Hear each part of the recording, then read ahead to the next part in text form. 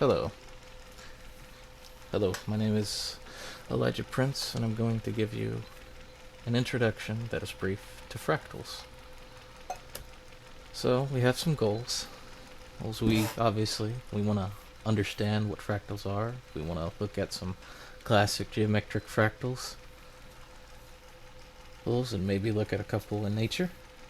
Then we also want to have a sense of their infinite repeating patterns, be able to recognize some shapes in them in geometric fractals, have a basic understanding of how to create small-scale geometric fractals, and we'll conclude it with those goals in mind. Moving on. So, what are fractals, right?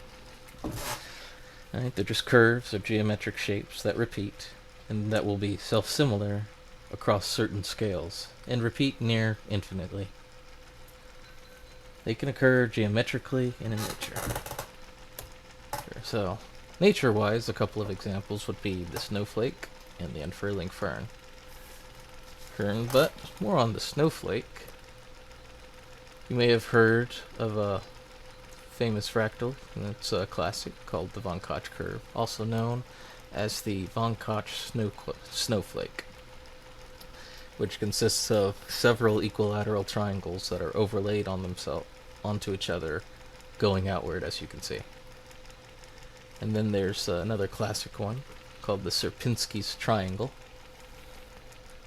which consists of a triangle that is subdivided into 4 parts by it. The middle one will be empty, and then you subdivide the smaller triangles into 4 parts and repeat that same basic framework and pattern ad infinitum until you fry your computer or you yourself are pleased with it. So, a basic idea on how to, right? Any fractal that's geometric will have a basic framework and a basic set of rules by which it repeats. This is in a simple set. And now there are some fractals that get more complicated, but we'll see those later. So, let's look at Sierpinski's triangle. Well, here are the instructions on how to make it. I did it up to the second iteration. There's my attempt. And we can have a look at my attempt at it with that link that will also be provided in this description. But what can we see? We can see some isosceles trapezoids, and lots of parallel lines, and obviously many of the near perfect 60-degree angles, and you can try to count how many triangles are in there, but I leave that to you. So, what about constructing another fractal? This one, I attempt to draw it, but I also made one here on this link that will be provided below. Here are the instructions on how to make it. But here we can see multiple shapes at this fractal. It's based on Sierpinski's triangle, not diagram. Sorry for the mistake. But anyway, though, we can see that if we leave the bisectors in that were in the previous instructions for making Sierpinski's diagram, we can start to see many more shapes start to pop out. Different kinds of triangles, 30, 60, 90s, isosceles, hexagons, trapezoids that are isosceles, these rectangles, those larger rectangles, and perhaps if more precisely drawn by hand, even squares. Another interesting part about this, if you were to isolate this part and then create 6 identical versions of this that were also had the correct bisectors. Here she could create another more complicated fractal. I won't make it here, but I'll leave it to you to try.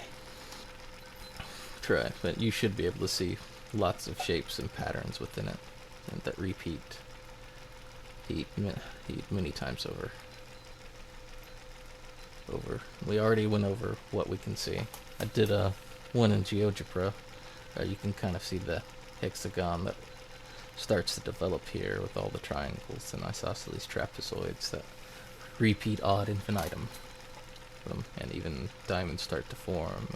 You'll see a plethora of shapes and rhombuses that start to form as we continue with more iterations.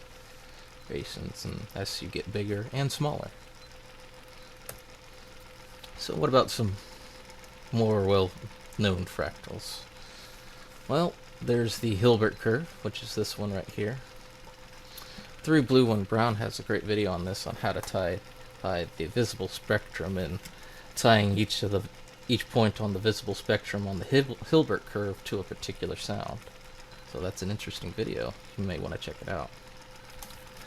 We have the Sierpinski's carpet, the repeating square fractal, and then two repeating curve fractals. This is the Harter Highway Dragon curve. It's very interesting. And along with the infamous, or no, maybe not infamous, but it's very famous. It's the Hilbert curve. As you can see, it's pretty wild.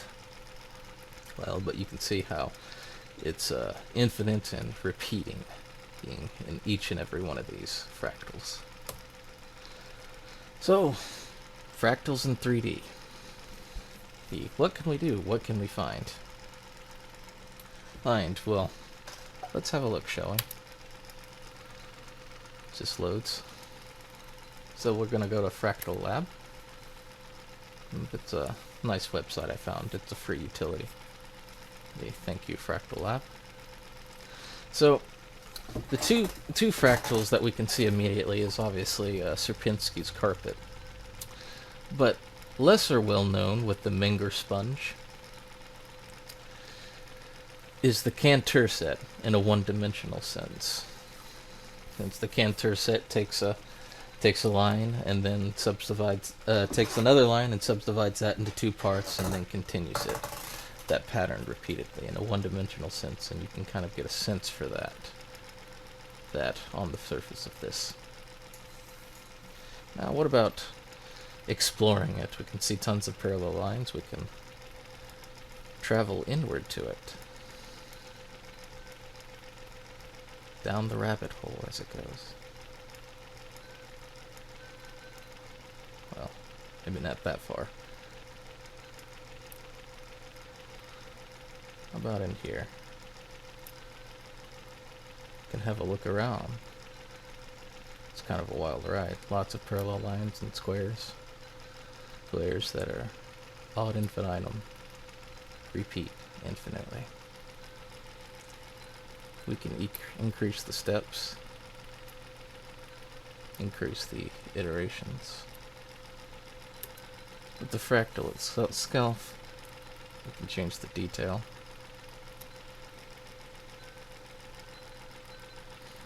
And then, perhaps more interestingly, we can rotate it.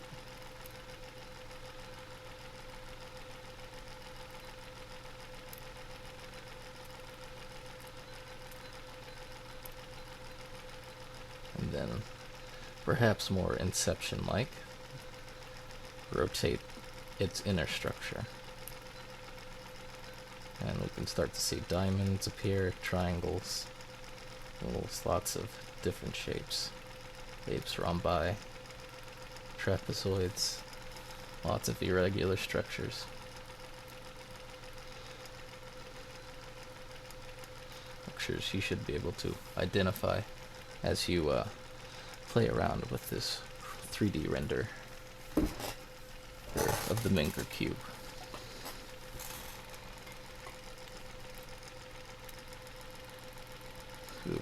But this isn't the only thing in the fractal lab, we can go to their library, and they have the Mandelbrot set. It's a few iterations. It's up to 100, set to 164 right now. We'll just zoom out for a little bit.